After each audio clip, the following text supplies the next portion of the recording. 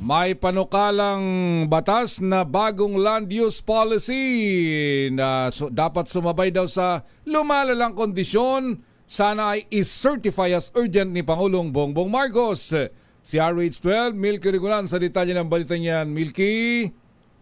Raymond, napapanahon na i-certify as urgent bill ni Pangulong Bongbong Marcos ang National Land Use Act. Kasunod ng banta ng climate change na nagdudulot ng mga pagbaha at pagguho ng lupa.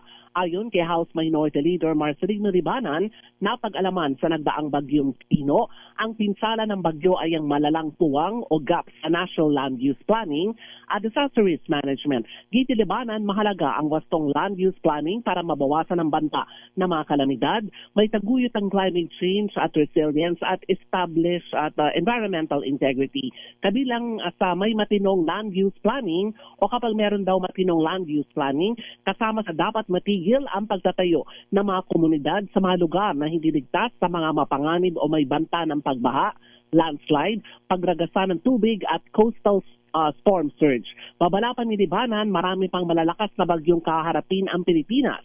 Kaya kailangan na ang bagong land use policies na makasasabay sa lumalalang kondisyon dulot ng climate change. Dagdag pa ni Libanan, kapag naisabatas ang National Land Use Act, magsisilbi itong master framework ng bansa para sa alokasyon, utilization, management at development ng mga lupain at natural resources. Ako si Milky Rigunan, nagulat para sa DCRH, una sa Pilipinas, una sa Pilipino. Maraming salamat si RH12, Milky Rigunan. Ang sabi dito yun.